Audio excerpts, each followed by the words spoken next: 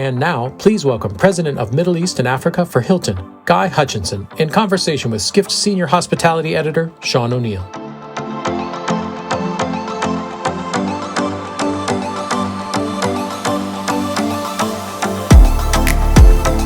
So we're going to be hearing today throughout Skift Global Forum East about how the travel industry's center of gravity has been shifting eastward. And a person who has a great perspective on this is Guy, because Guy has worked in Dubai and Delhi, Tokyo, Shanghai, Australia, and is going to talk with us today about Hilton. So Guy, thank you so much for being here. Thank you for having me. I've got to learn to come on after her, before her, or not after. That's true. She's always amazing. Dubai's always got a great story. Dubai has an incredible story, and we're going to touch on that. I agree. I would like to, start by saying if you have any questions for Guy, you can put them in the app, and we'll get to them at the end. So it's a golden era of hospitality in the region. Hor was pointing out some of that now. But you need to be able to understand some of the nuances of the region in order to make the most of the opportunity. You had previously been president of Rotana, which is one of the biggest and largest hotel management companies in the region. And now you're president of Hilton. What advice have you been giving Hilton about how to take advantage of the regional opportunity? To start with, Hilton extremely advanced before I ever got there, so I can't take credit for everything, but I'll take credit for some of it. It is a golden age of hospitality for the region, and really seeing this part of the world emerge as just a global thought and product leader for our industry in particular. And the dynamics that underpin it are very, very different. I think if you look across here in the UAE, where, across the region, you've got these national tourism strategies underpinned by unbelievable infrastructure development, and that's just supercharging growth. In the UAE, you've got a 2031 tourism strategy. It's going to bring 40 million people. You've got an airline that's carrying 52 million. You have an airport under construction that has an ultimate capacity of 260 million passengers. You have Saudi Arabia with a Vision 2030, $800 billion being invested in tourism infrastructure. Riyadh Air, a new airline flying from next year to 100 destinations around the world. You have Qatar with the World Cup, also an airline carrying 40 million passengers a year. Hotel development, tourism industry development. You have Egypt, which is focusing on doubling the number of hotel rooms, getting up to 30 million arrivals.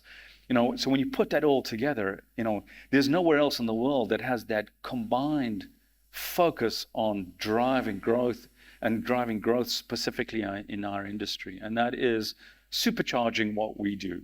Today, we have a pipeline in the Middle East where we have a portfolio of about 104 hotels. We have a pipeline of about another 130. So we're doubling as a minimum our platform here in the Middle East. We're seeing, 2.2 million international visitors in our hotels just in the first 9 months of this year, which is more than double pre-pandemic levels. We're seeing in the UAE on its own a 50% growth in the number of hotels that we operate. We're just growing, doubling, quadrupling numbers across the region. So it's really an environment that is just supercharging our industry across the board. So Guy, I heard you, so it's like double from pre-pandemic in terms of demand, and looking forward, you're going to double the platform. It's incredible growth for the GCC. What are some of the demand drivers? Is it more leisure and business? Is it group? Is it solo? And I think, and it's interesting listening to her talk before. I think what this region does and what these destinations do is that the model that is built is really diversified. You get a lot of destinations around the world where travel is pinned on a single segment and on a single source market. What this region, if it's the UAE, Qatar, Dubai, Saudi Arabia, this region does so well, it has a very focused strategy around diversity. It has, cross segmentation, leisure, incredibly important. About half of the business into our hotels here is leisure driven, but a very robust business travel segment. MICE, very strong, particularly around sports events. You've had the World Cup, non-sporting events. You've had Expo. We've got an Asian Football Cup coming in Qatar, Formula One, COP28. So when you look at MICE, this year alone, we've got a 16% growth of MICE into the region. And then across all those segments, so you've seen that real diversified leisure, business travel, MICE, group, special events, and then geographic origin of business, strong interregional travel through the GCC, solid travel out of Western Europe, UK, Germany, really strong source markets, Asia, China rebounding, becoming very strong into the region again. The US up 5% this year. Okay. So that diversity in segmentation that drives the market, that diversity in source markets, that's what makes the tourism growth in this region extremely sustainable. Well, when you have that diverse source markets, and you mentioned like Skift Research is going to give a presentation later today, and one of the points will be about how China and India over the next decade are going to be integral source markets. But as you say, it's very diversified. When I think of Hilton, I don't necessarily think of specialty being able to get demand from India or China. So we have many people in the audience who are potential capital partners, investors. They have a variety of hotel groups to partner with.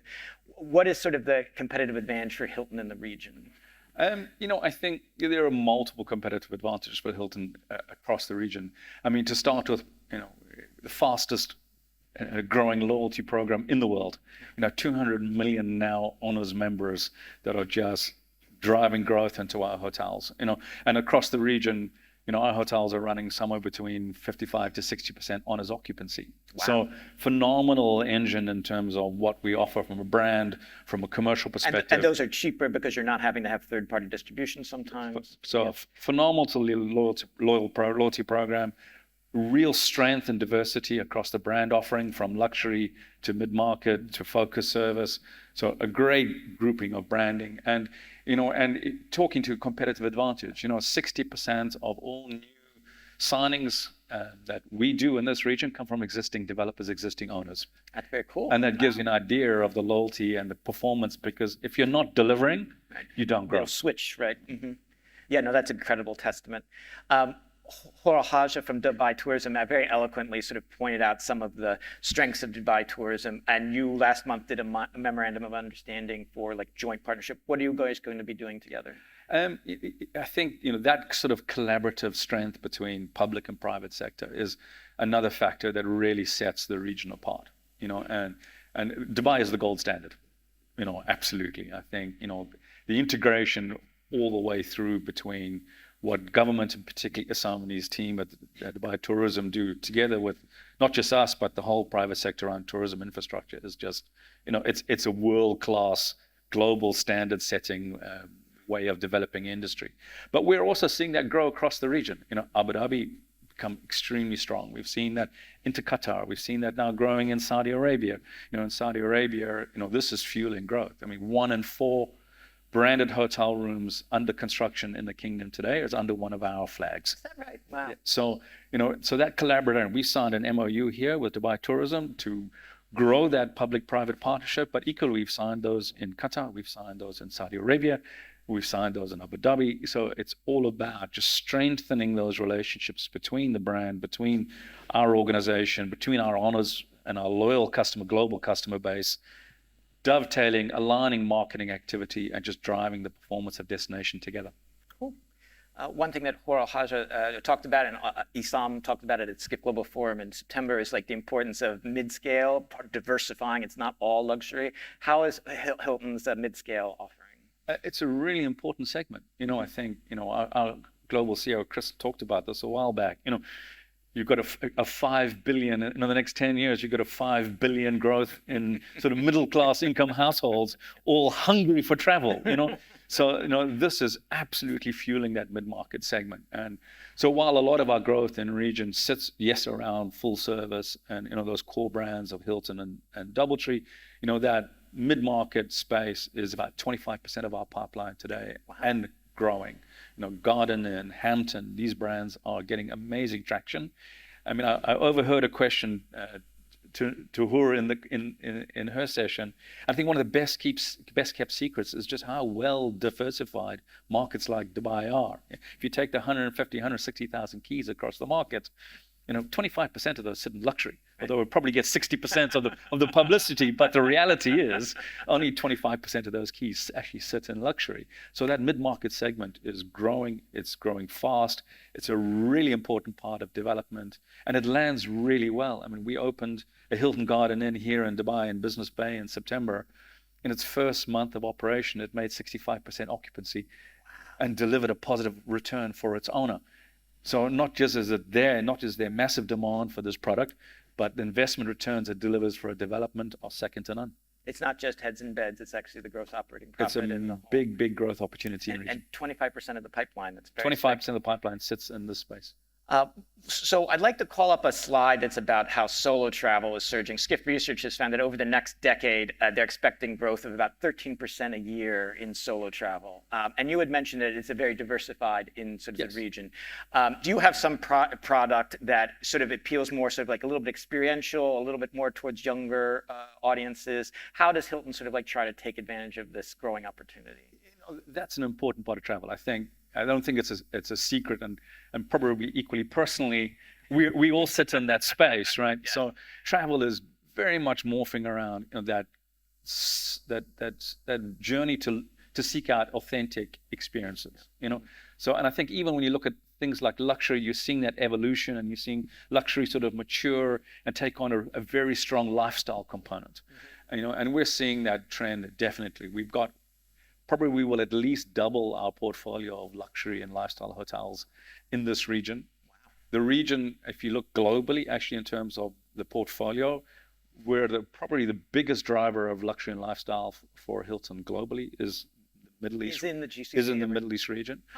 And we're seeing definitely travelers move towards those experiences where they're looking to combine that luxury experience or that lifestyle experience, or even a mid-market experience with really authentic cultural interaction with the destinations we are. It's a really important trend, and that's something we're extremely focused on. And you're seeing destinations. I don't know, we keep talking about Issam, but he's got some amazing ideas. I think if you look at the Ramadan initiative here in Dubai, I love this idea because it's about how do you take something which is culturally or historically seen as a low demand period, but actually make this into a reason to visit. Uh-huh. The same way you light Christmas lights in London, yes.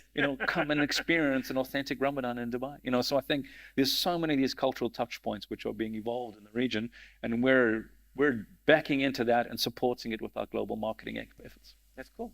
It would be amazing if rail connectivity sort of like connected also.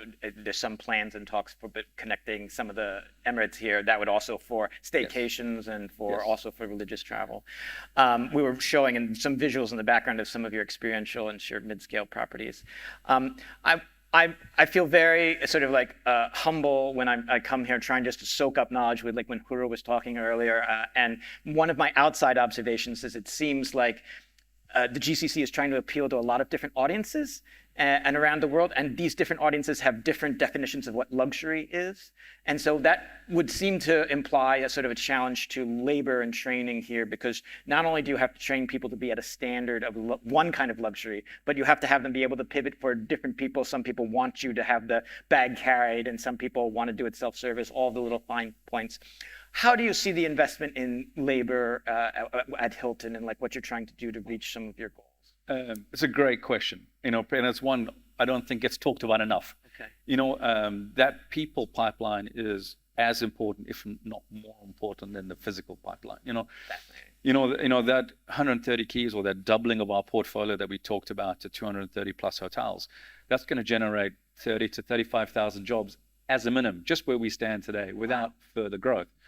So, one, it's a phenomenal impact on economy, job creation, and what that generates in terms of wealth, and social change is really important. But equally, getting that culture right, and that's something that we focus a lot on. We still are the world's best hospitality company to work for.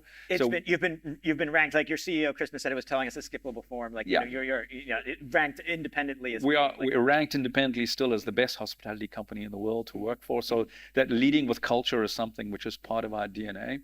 But there's two aspects or two key angles to that for me. One is yes, leading with culture, delivering that authentic brand experience through people. We are a people business. We're a business of people serving people and never losing that focus. The other side to that is also one of our core areas of responsibility and accountability to government. So, because when you look at how the region has grown and how the region has driven hospitality, it's not just about building out assets. It's about building out a world-class tourism and hospitality infrastructure. And it's not just about the physical standard that guests experience or travelers experience when they're coming into the region. It's about the holistic experience that they receive, from an airline to retail to hotels. That Connecting the dots. That you're setting a world-class hospitality benchmark around not just physical, but very much around the experience that people have. And that is very much the responsibility of our sector, of operators, to make sure that we deliver service and standard and quality, whether it is in a mid-market experience or whether it's in a luxury experience, to hit that global benchmark, exceed it, and support that development around the region, and to support our tourism industries by continuing to deliver that experience that draws travelers into these destinations. Fascinating. That is interesting. And the partnership with government and building the infrastructure. It's a very important responsibility on us as operators to make sure that we keep pace with that. Fascinating. We have a few audience questions. So, Guy, what is the difference between Hilton for Business and corporate discount across Hilton hotels? So the easiest way is to answer that around Hilton for Business. So Hilton for Business is a very specific program that's launched around SME. Okay. So small and medium-sized. Small, medium enterprise. So that's Hilton for Business. So typically, where you would talk to a business traveler and you go into what is historically a volume or a corporate procurement management or global RFP business, sometimes that structure doesn't necessarily serve the smaller SME, and SMEs are incredibly important to us as a company, and SMEs in this particular region, which is fostering startup and innovation, SME is a really important part of the business. So Hilton for Business is really about finding a way to connect better with SME. Cool. What challenges do you see in the foreseeable future in the region, if any? It's a real pop quiz from the audience. Yeah, that's $1 million open-ended question. We could sit for the next 20 minutes and talk about that. It sounds like a very sort of cliche way to answer that, but it is about opportunity. I think it's less about challenge, it's about opportunity. It's about how do you capitalize on a region that has this national strategy across so many jurisdictions, which is uniquely focused on growing our industry. It's about making sure we capture that in the right way, that we partner with the right developers, that we build out the right assets that are not just well-positioned, but financially successful, and how we populate that with our culture, with a group of human beings that are really passionate about the service industry and continue to keep our brand not just growing, but at the forefront of the industry.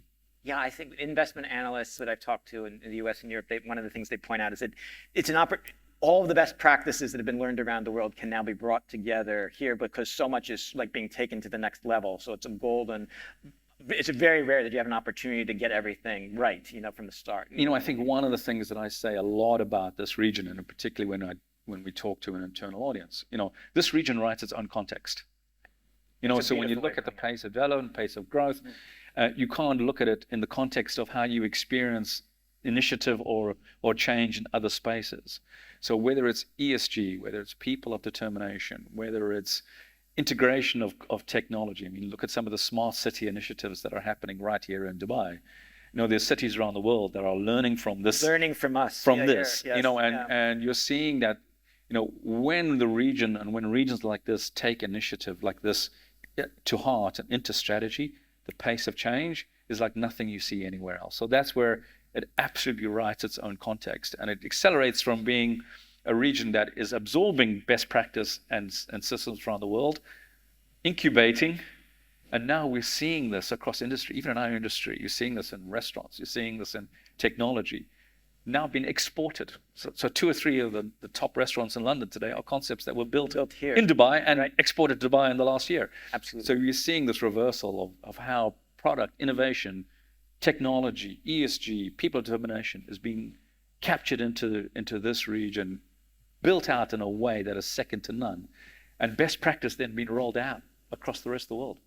The rest of the world has to learn from the GCC because there's so much innovation happening here. I think that's definitely the final point to leave on. Thank you guys so much for talking with me today. Thank you for having me. It's been a pleasure. Thank you.